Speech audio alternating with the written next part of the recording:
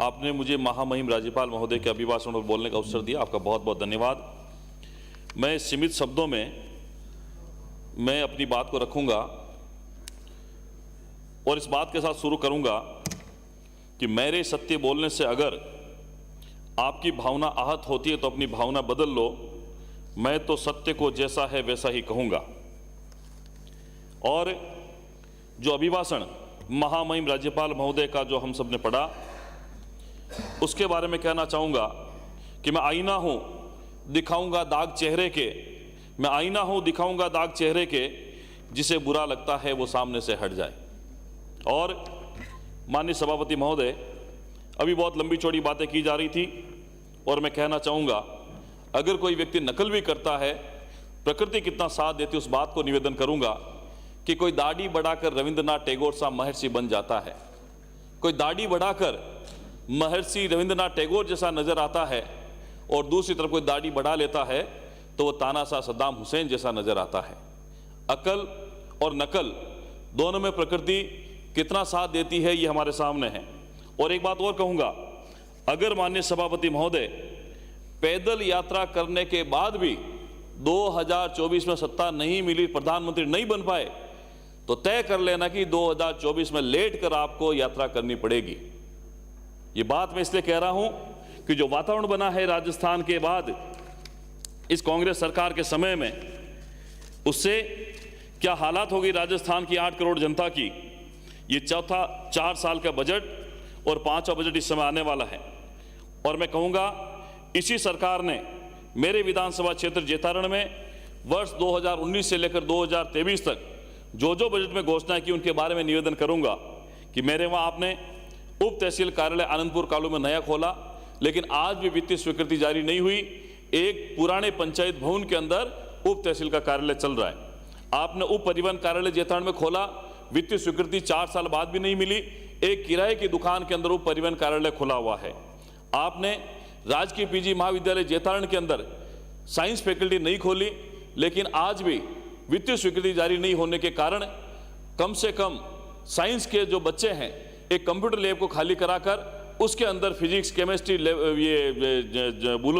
Zoology, botany के जो विद्यार्थी हैं वो एक ही रूम के अंदर बैठ के पढ़ाई करते हैं। ना लेबोरेटरी है, ना भवन है, ना कक्षा कक्ष है, और इवन बालकनी के अंदर बैठ के भी पढ़ाई करते हैं। ये घोषणाएं तो करते हैं, वित्तीय स्वीकृति जारी नहीं करने के कारण ये परिस्थिति पैदा हुई है।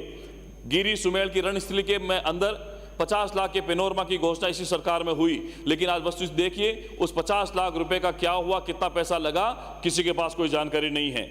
आपने पीएससी से सीएससी में क्रमोन्नत कर दिया, लेकिन आज भी उसी पीएससी के अंदर सीएससी को क्रमोन्नत करने का नाम करके उसको चलाया जा रहा है। आपने बर के अंदर पुलिस चौकी को पुलिस थाना में कन्वर्ट कर दिया, क्रमोन्नत कर दिया। उसी पुलिस थाने के भवन के अंदर जो भारतीय जनता पार्टी के समय में बना, उसी के अंदर पुलिस चौकी पुलिस थाने के रूप में चल रही है। आपने अल्ट्राटेक प्लांट लगने के कारण टुकड़ा में फैक्ट्री प्रबंधों के कारण एक नई पुलिस चौकी खोली, लेकिन उस पुलिस चौकी का अभी तक कोई नामो निशान नहीं। 1 साल बीतने को आया, लेकिन धरातल पर वो टुकड़ा चौकी अभी तक खुली नहीं है। आपने इससे 4 साल के अंदर अगर गौरव पत्र अगर दिया तो 4 साल के अंदर एक मात्र दिया बलुंदा के अंदर, उसके बाद 4 सालों में आपने एक भी गौरव पत्र नहीं दिया है। आपने पिछले बजट में एक सड़क जरूर दी थी जेतारण से निम्बोल तक, वो लगभग उसका काम पूरा हो गया।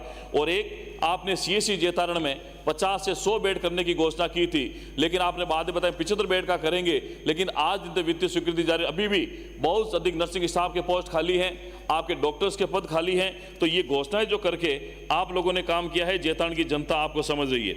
और माननीय सभापति महोदय, आपके भ्रष्टाचार के कारण जेतारण में एसीबी के अंदर कई विभाग के अंदर अधिकारी कर्मचारी ट्रेप हुए हैं।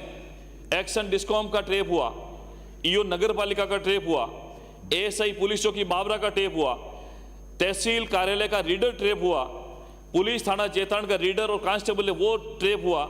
ये भ्रष्टाचार अगर कहीं मिला है राजस्थान में तो वो आपकी सरकार के अंदर मिला है। माननीय सभापति महोदय, मैं निवेदन करूंगा कि सरकार जब बजट करे, घोषणा करने में क्या जाता है, मैं चाहूंगा कि जब नया बजट आए उसमें मेरे जेतारण विधानसभा क्षेत्र में जो पूर्व में बहुत प्रतीक्षित है लंबे समय से, रास को उप तहसील घोषित करें और सेंद्रा उप तहसील जो है लंबे समय से उप तहसील के रूप में उसको तहसील कार्यालय के अंदर क्रमोन्नत करने की कृपा करें। और मैंने बहुत लंबे समय से प्रयास कर रहा हूं कि जेतारण मुख्यालय पर एक स्पोर्ट्स एकेडमी की स्थापना हो जिसकी लागत लगभग 8 करोड़ रुपए की है। और मैंने माननीय मुख्यमंत्री को, राज्य सरकार को लगातार ये प्रयास किया, ये प्रस्ताव दिया हुआ है। ये जिला खेल अधिकारी से लेकर यहाँ क्रीड़ा परिषद तक मेरा प्रस्ताव दिया हुआ है, उसको भी स्वीकृत करने की कृपा करें। साथ में अभी जो राजस्थान, ये जो जैतारण के अंदर बर के वकील साथियों ने एक हड़ताल करके उनकी मांग है कि एडीजे कोर्ट जो है वो बर के अंदर खोला जाए, मैं उसकी मांग करता हूं। और साथ में SC/ST कोर्ट का जो कोर्ट कैंप है कम से कम महीने में 1 सप्ताह या 10 दिन के लिए जैतारण के अंदर खोला जाए, क्योंकि पाली जिला मुख्यालय पर कोर्ट होने के कारण लगभग 100, 125, 150 किलोमीटर तक परिवादी को, पुलिस कर्मियों को, अधिकारियों को जाना पड़ता है। इसलिए ये कोर्ट कैंप के लिए निवेदन करता हूं। जैतारण में विज्ञान संकाय, चाहे वो रास का माध्यमिक विद्यालय हो, चाहे लांबिया का माध्यमिक विद्यालय हो, वहाँ इन विद्यालयों के अंदर साइंस फैकल्टी नहीं होने के कारण साइंस के इंटरेस्ट से बच्चे जो पढ़ नहीं पाते हैं उनको दूर जाना पड़ता है, तो वहाँ भी इस विषय को खोलने की स्वीकृति प्रदान करावें।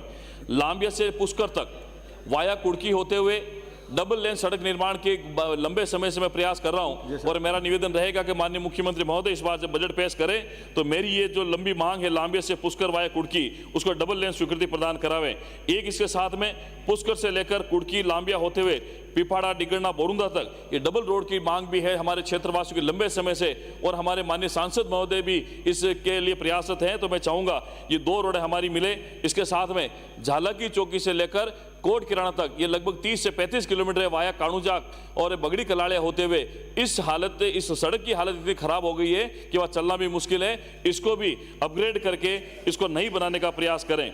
साथ में माननीय सभापति महोदय, आप जिस चेयर पर विराजे हैं इसी चेयर पर मेरी विधानसभा क्षेत्र के विधानसभा के उपाध्यक्ष रहे आपकी कांग्रेस पार्टी के स्वर्गीय हीरा सिंह चौहान साहब थे।